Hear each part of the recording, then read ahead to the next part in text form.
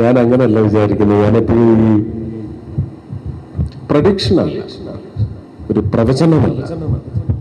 ഞാൻ വിചാരിക്കുന്നത് 53 വയസ്സെത്തിയിട്ടും രാധികയ്ക്ക് ശബരിമലയിൽ പോകാനുള്ള സമയമായിട്ടില്ല. 50 വയസ്സെന്ന് സർക്കാർ പറയുന്നതനുസരിക്കുന്ന കുടുംബ പാരമ്പര്യമല്ല എൻ്റെത്. എൻ്റെ അച്ഛൻ്റെ അച്ഛനും ഒരുപക്ഷെ ഇന്ന് കേരളത്തിലുള്ള ദാരുശില്പം അയ്യപ്പൻ്റെ.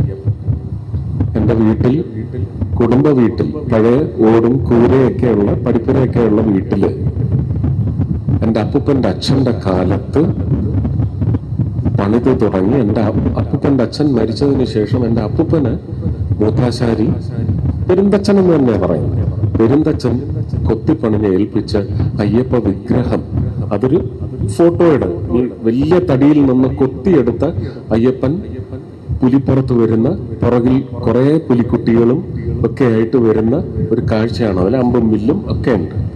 അപ്പൊ തിരിച്ച് പന്തളത്തേക്ക് വരുന്ന വരവാണ് ആ ചിത്രത്തിലുള്ളത്. അതിനൊരു 3 അടി ഉയരവും 2.5 അടി ഉയരവും ഒരു 2 അടി വീതിയുമുണ്ട്. ആ പടത്തിന്റെ മുമ്പിലാണ് എൻ്റെ അമ്മയെ കല്യാണം കഴിച്ച ആ വീട്ടിൽ കുടിയിരുത്തിയപ്പോൾ അമ്മ വിളക്ക് കൊണ്ടുവച്ചത് ആ പടത്തിന്റെ മുമ്പിലാണ്. അതിന് 100 വർഷത്തിന് മേലെ വയസ്സാണ്.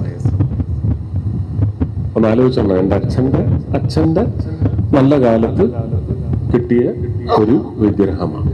അപ്പൊ ആ പാരമ്പര്യമാണ് ഞങ്ങൾ എപ്പോഴും തുടരുന്നത്. അതുകൊണ്ട് രാധികയ്ക്ക് എപ്പോ അവിടെ ചെല്ലാനുള്ള പ്രാപ്തി ഫിസിയോളജിക്കലി, ശാരീരികമായി എപ്പോ ലഭ്യമാകുന്നോ അന്നേരം ഞാൻ വരുന്നതാണ്. ഇപ്പൊ എൻ്റെ പ്രതിജ്ഞയൊന്ന് മാറ്റി, ശബദമൊന്ന് മാറ്റി പറഞ്ഞിരിക്കുന്നത്, രാധികയ്ക്ക് ആ പ്രാപ്തി വരുമ്പോൾ ഞാൻ വരാൻ എൻ്റെ അയ്യപ്പ എന്നാണ് ഞാൻ പറഞ്ഞിരിക്കുന്നത്.